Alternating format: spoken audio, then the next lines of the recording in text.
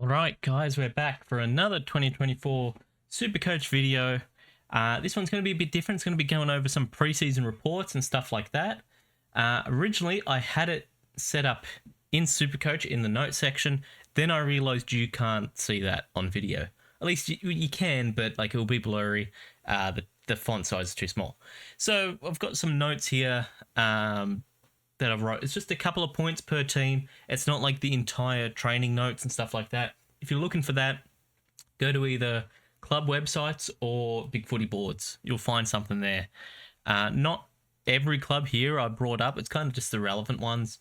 So yeah, let's get started. First, I've got the Adelaide training session. So one big one to come out of that was Matt Crouch.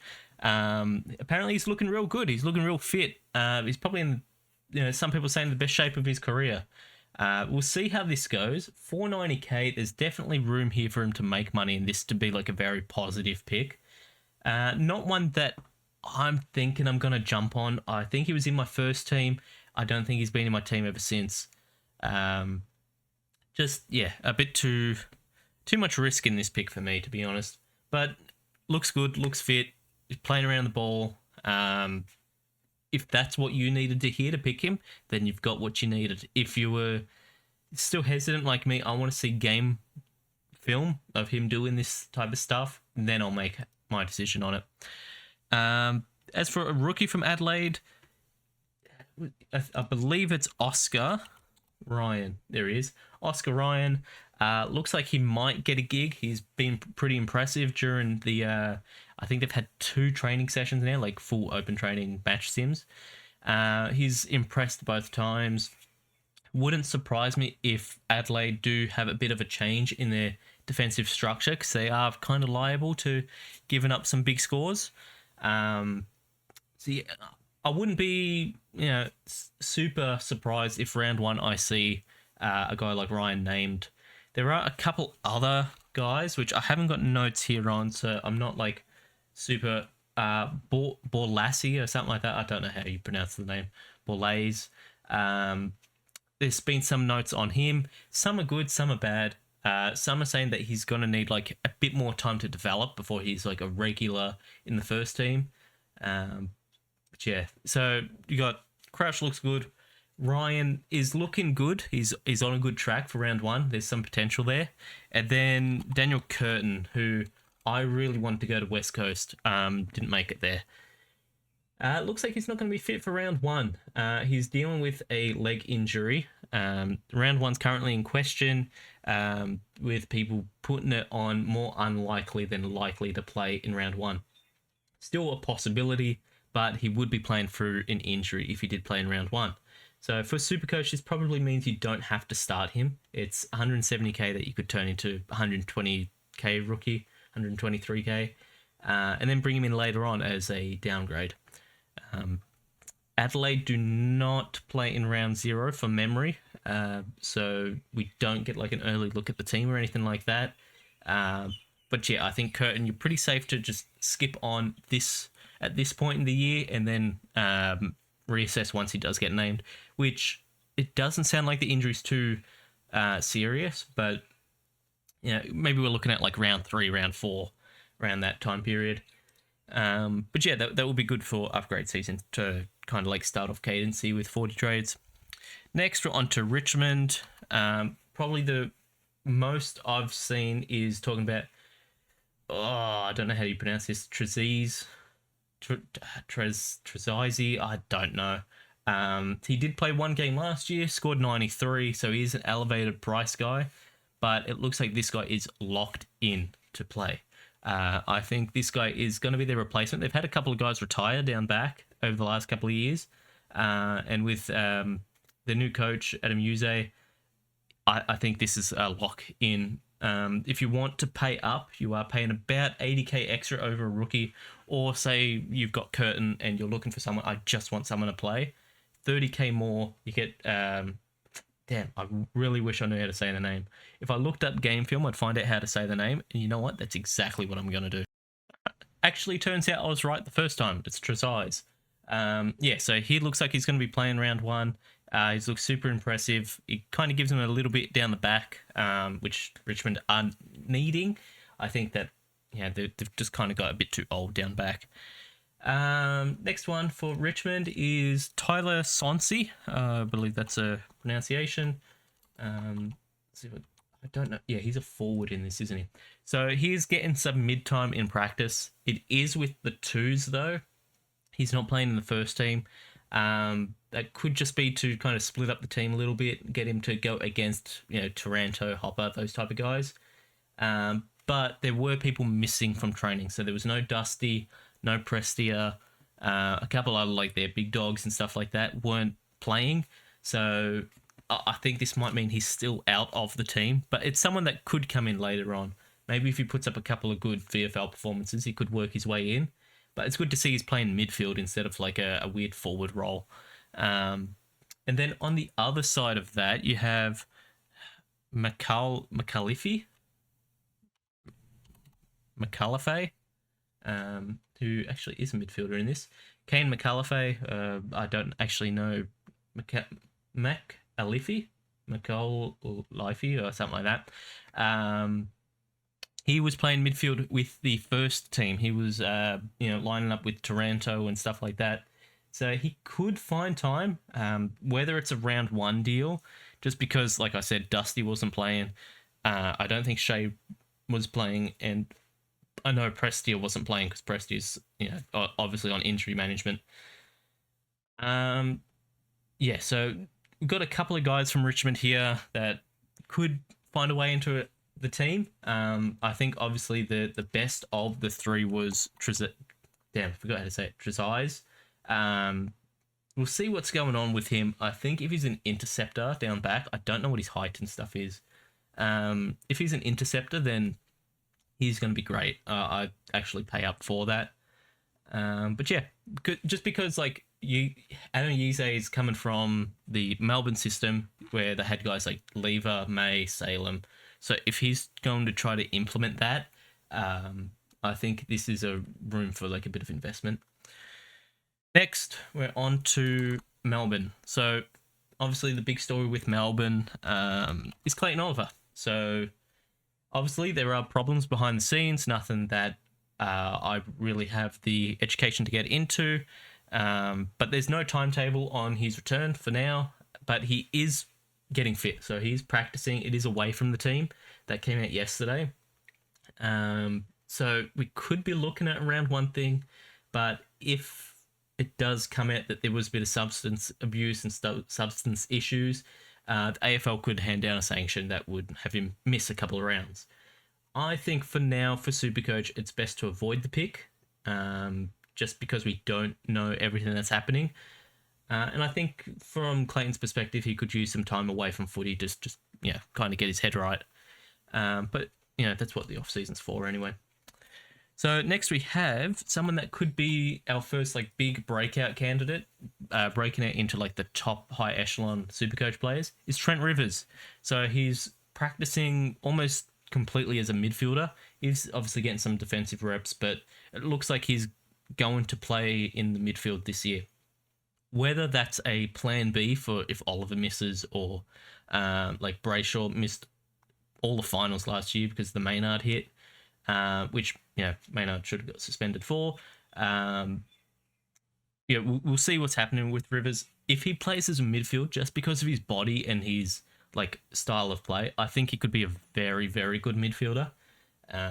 One to watch, definitely. And Melbourne, do they play round zero? Let me pull this up. I did have it on my phone, who plays and who doesn't. Damn, I opened the wrong app. Give me 1 second. Melbourne do play. No, do they? Yeah, Sydney. So we'll see straight away. Is Rivers playing midfield? If he is, the price point is a little bit weird. It's $470K. It's closing in on 500. But say you're not sold on Crouch, you're not sold on later on going to Carl Amon and stuff. Rivers is another option. He's obviously he's in line for a breakout. Another one from Melbourne is Caleb Windsor. I believe that looks like how it's pronounced. Windsor. There's been conflicting reports on the guy. So, first report that came out said he's looking pretty good. He's playing a wing and CBA role. He's going to be like floating in between. Kind of think of a beginning of his career, Andy Brayshaw. Floats outside, comes inside type of thing.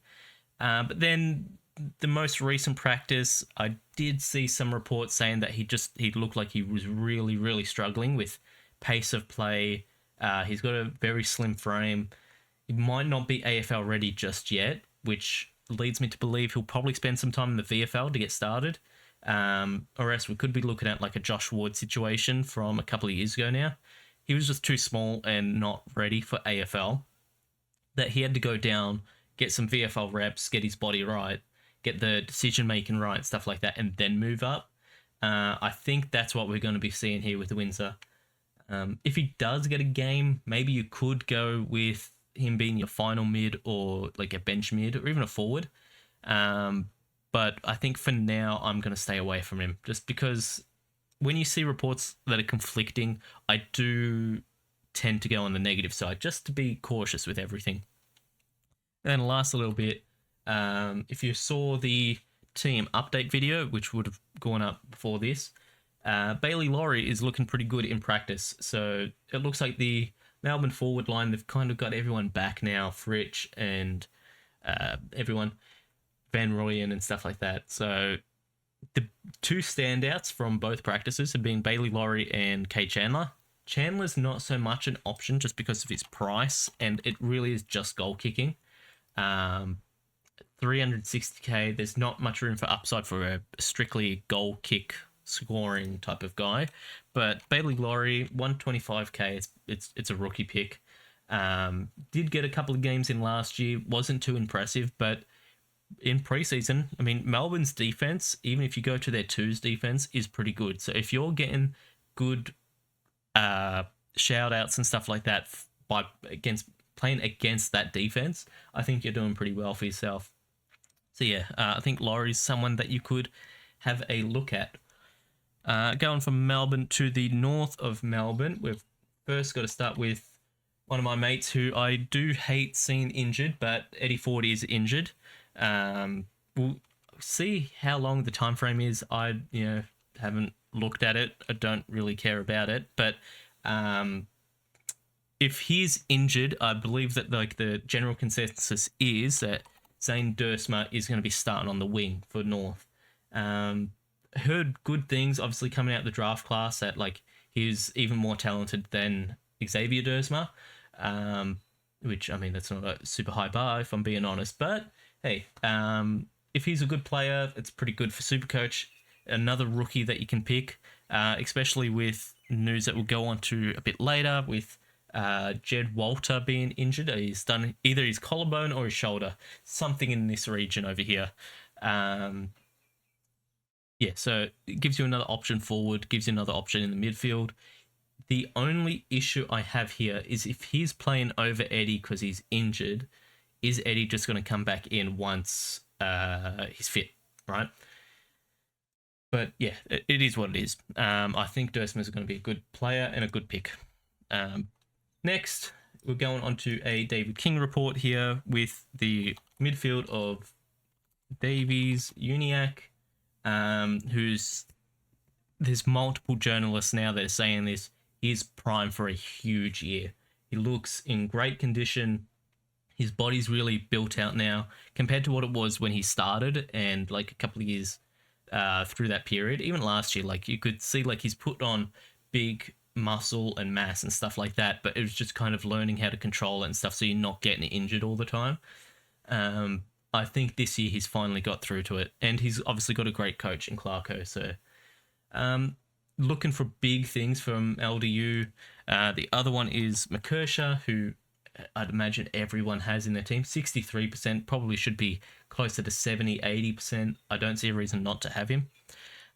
He's going to be playing that halfback role, so I think Sheasel now is going to rotate forward defender, but probably lean forward, maybe even a bit of midfield. I think the halfback role is going to be where they play their big time rookies that they're trying to get to develop, which makes sense. If they're good. McKersher's obviously, he's had merit comparisons when it came to the draft, which is pretty high praise. Merritt is one of the best midfielders in the competition, even if it's for Essendon, who can't make finals or can't win a final. But, you know, if you're getting that type of comparison, you're playing half back, you're really like studying decision making and kicking efficiency and stuff like that, this is going to be a great pick. And then the other one is Ward, almost called him Wardlow. Been watching too much wrestling. George Wardlaw. He's another one that all these journalists coming out saying he's going to have a huge year this year. The only thing where I'm a bit hesitant on these journalist reports is for a team like North, they finished 17th. In a match sim, you're only practicing against your own team. So it's a 17th placed team training against the twos of a 17th ranked team. So you're not really getting a bunch of competition here. But in saying that, Wardlaw looked good last year. Scoring wasn't amazing, but in passage of play and stuff like that, you could see this guy's a star. He was a high pick. I want to say he was top 5. Not too sure on that. I know Sheasel was high, but top 5, I want to say. I think this is going to be a great pick. Another one just for North is Charlie Comben. So North actually do have a bit of a problem in their defensive key backs and stuff like that. They lost Ben Mackay in the off-season, and Griffin Logue's gotten injured, and I believe there was one more injury. So they're kind of a bit low on defender stocks, especially the tall key defenders and stuff like that. So we could see Charlie Comben getting a game in the defensive line. At least that's what they've been trialing in practice and stuff like that. We'll see how it goes. 227k. There's a couple of good defenders on offer.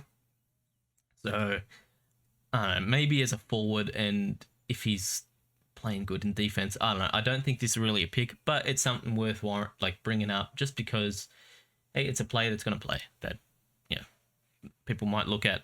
And especially with his height, there's maybe room for him to switch ruck and stuff like that. We'll see how that goes. And then the last one for North is Finbar Maley, who I did go over in the other video. I don't think he's going to be playing this year.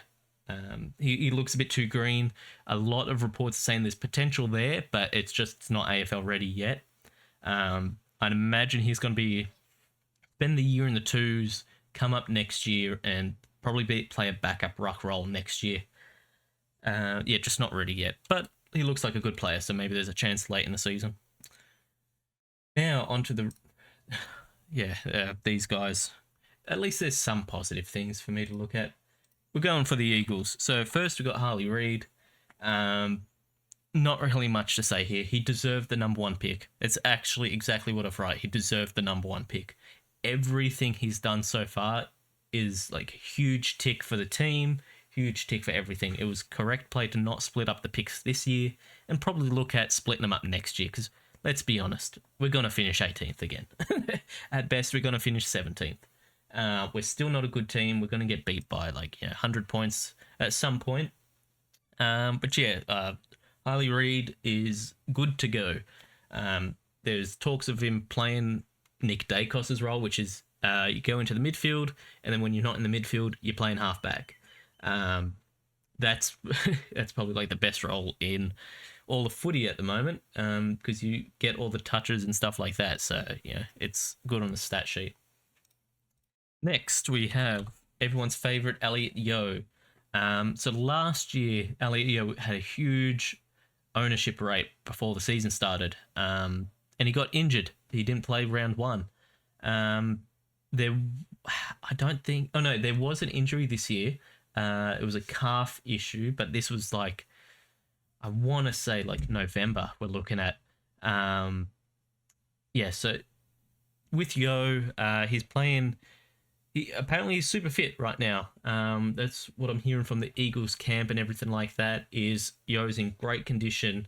He's looking to play more games this year than he did last year. 80 average last year isn't too bad 450k isn't like the greatest for an 80 score, but he looks super fit and he's playing in a lot of places. He's playing everywhere in defense, everywhere in the midfield. So this could be pretty good for Yo. He's someone that has been like 500k plus in the past, so maybe there is a bit of value there. I don't think I'm going to go for it just because of the injury history, even though I do hope he's back good at footy, just because he's a good tackler and he's a fun player to watch. Another one for West Coast is Clay Hall. So this looks like someone that they've kind of plucked around like a diamond in the rough. He might get a spot in round one. Both reports from Match Sims and whether it's closed door or open door, Clay Hall has really impressed in the midfield. Still pretty unsure on where he's going to play, if he's going to be an inside mid or an outside mid, just because there's so many people contending for an inside spot right now. I do think he's obviously a talent. You know, if this many people are talking good about him, then he has to be good at the game. The only time this didn't work was for Campbell Chesser, which everyone was hyping up, and then he kind of sucked. But yeah, we'll see with Hall. I think he's going to get a spot game in round one. Then the last one, this one happened yesterday. So Liam Duggan got injured. It's nothing serious, but if he does miss round one, it opens up a spot for a defender to play. We'll see. Captain missing. I'd imagine because he's captain, he's probably just going to play through it, especially if it's minor. But yeah, we'll see how it goes.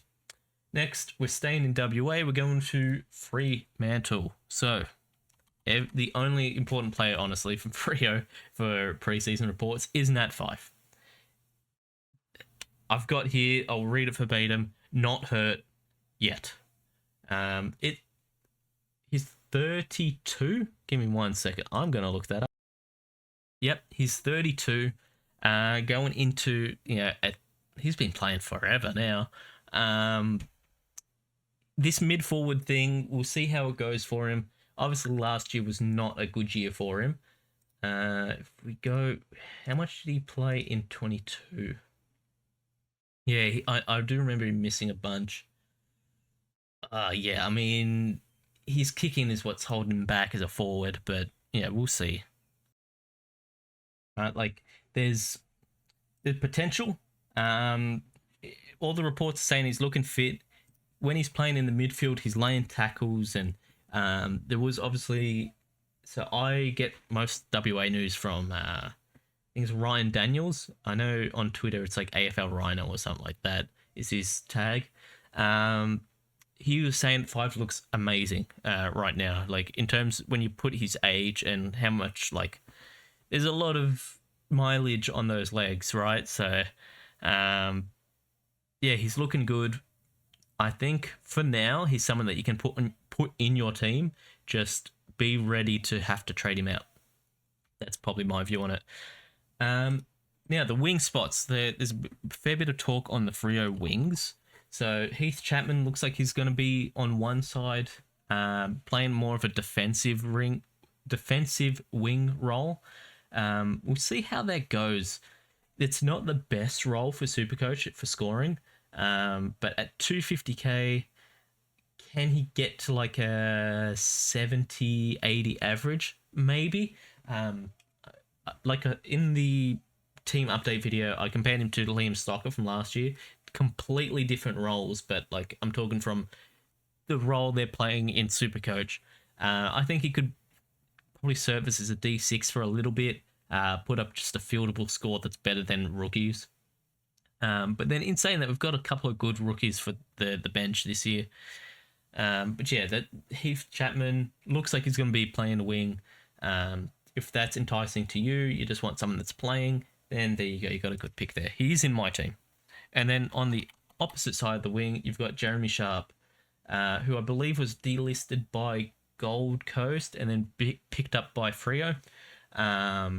He looks like he's going to be playing wing. I don't see why you would go through the effort of getting this guy, his mature age, and then you're just going to like not even bother playing him, not even try to develop. I think that's just a waste of a list spot, to be honest with you, if that's what they're going for. So yeah, I think he will be playing.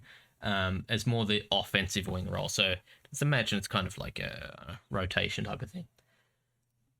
I mean, it does fit how Freo play. They are very conservative, especially last year when they were losing. It was kind of embarrassing to watch. Like, they wouldn't even attempt an attacking kick. It would just be handball, handball, handball. Hayden Young. So the big thing I'm realizing with him is in bold letters, Hayden Young is a midfield player. He is a midfielder, not defender, midfielder. He will be playing inside mid. He will be getting CBA rotations with Brayshaw and Sarong mainly. Then Fife obviously comes in there. Michael Johnson, Michael Chat, no, MJ. I can't remember. Is it Johnson? I think it's Johnson. He'll be like coming in and doing rotations and stuff like that. But that's, people are thinking that's gonna like kill Fife, and Fife's not gonna have any rotations or anything. Every team has about 5 or 6 midfielders that rotate in, so that's nothing out of the ordinary. Just look at the DFS CBA thing. You always find like there's about 5 per team that do it. Yeah, 5 normal. I'd say 4 to 5 is normal, and then if you're like Collingwood, who like stacked their midfield last year, it's around about 6. And then last one, we've got a bit of a rookie here who could find a game. It's McDonald, isn't it? Yeah. Oscar McDonald is looking for a defender spot. Brennan Cox is injured. He's doubtful for round 1, so you could see McDonald come in. The only issue there is because Cox has superiority over him, is he just going to come in like straight away and it's going to kill the rookie? We'll see how it goes. I haven't heard too much on how good he is, just that he is in line to play in round 1 because of injuries. Next team, we're on to Hawthorn. So this one is one that you probably would have heard me talk about if you watched that team update, is the McDonald and McKenzie duo. This looks like 2 of their 3 midfielders. It's going to be 2 of their 4. I think they're going with a 4-person rotation. It's going to be McDonald, McKenzie, Newcomb, and Day. But then you've also got guys like Josh Ward. Carlemon's an outside guy. But like, there's a couple of guys that they're probably going to want to have run through the middle. It's a pick I have right now. Is 270k. It lets me get to heaps of guys. But yeah, these 2, if they're playing midfield, I think they're good picks for Supercoach. 380k is a little bit high, but there's people that are looking at, what's his name? Kitty Coleman from Brisbane, who's around about the same price. I think he's 390. Yeah, 398. So if you, maybe you're into it, maybe you're not. They're not playing round 0, so we're not going to get an early look. But I mean, it would be great if we did. So, and I mean, you could change your team up after round 1. Anyway, there's a lot of trades this year. Now for a defensive thing from Hawthorn is Bailey McDonald. Apparently he's been pretty impressive off half back. We'll see how this goes. They have got a couple of guys there. There's like a bit of a defensive logjam. But if he does find time, 174k, could definitely find a spot for him in the team. Yeah, you got Sicily back there who's like hoarding points. Day was back there for a bit, but looks like he's kind of transitioning into a midfielder. I think there is an opening for Bailey McDonald. We'll see how it goes. Like I said, you don't get an early look at them in round 0, which is gonna suck, but we do get, your preseason looks and stuff like that. And once there's more open trainings and stuff, more reports come out, who's playing where type of thing. On James Sicily, the only like things I've found on him is people saying, yeah, he's still James Sicily. He's still very good. I think how old is James Sicily now? Sicily is 29. For some reason, I thought he was turning 30 this year. He's already turned 29 this year. But yeah, Sicily still looks good, still fit, still around the ball, still probably the best defender in Supercoach because Dacos is a midfielder. But yeah, so if you've got Sicily like I do, there's definitely no reason to hop off him. He's still looking great. And then the last one was one that kind of came up early in Supercoach, was Carl Amon. He's 483k at the moment. The kind of idea with him is he's going to be playing half back. Now, the problem here is for him to play half back and not wing, it was Josh Weddle who's going up to the wing. And there's been 2 reports now that Weddle's kind of not working on the wing. It's just not, he's not AFL quality for a winger. And if that's the case, I think Carl Amon's going to be put back on the wing. Which, I mean, he's scored well in the past. I don't know if he's going to be worth 480k if he's on the wing. I think for that price, I'd just go to Crouch. But yeah, it's up to you. Like, if you want to do this. Again, no round 0, but there will be open trainings and stuff where we'll get to see if he's on the half-back line. Next team, Essendon. So Essendon is actually pretty Supercoach relevant this year outside of just midfielders. First, we've got Nate Caddy. So he's looking very, very impressive in preseason. There was that clip that went around of him taking a specky over. Oh, I can't remember who. I want to say it was Ben Mackay, but I don't even know if Ben Mackay's training at the moment. Yeah, so he's looking really good. He looks like he's what the Essendon forward line has needed. A tall target that's athletic. Peter Wright has been the tall target, but he hasn't been athletic. Now they've got a guy that's everything, right? They've put a lot of stock into him. I think he's going to be a great player. We'll see how it goes, though. But yeah, if he's on my bench right now, I think he's one of the safer bench picks. Go with him or Cadman. With Cadman, you do get West Coast in the first couple of games. The only thing with Cadman is I haven't seen much out of him yet. I'm waiting for a couple of GWS preseason reports and stuff to come out to see how much he's improved, but I didn't see much last year.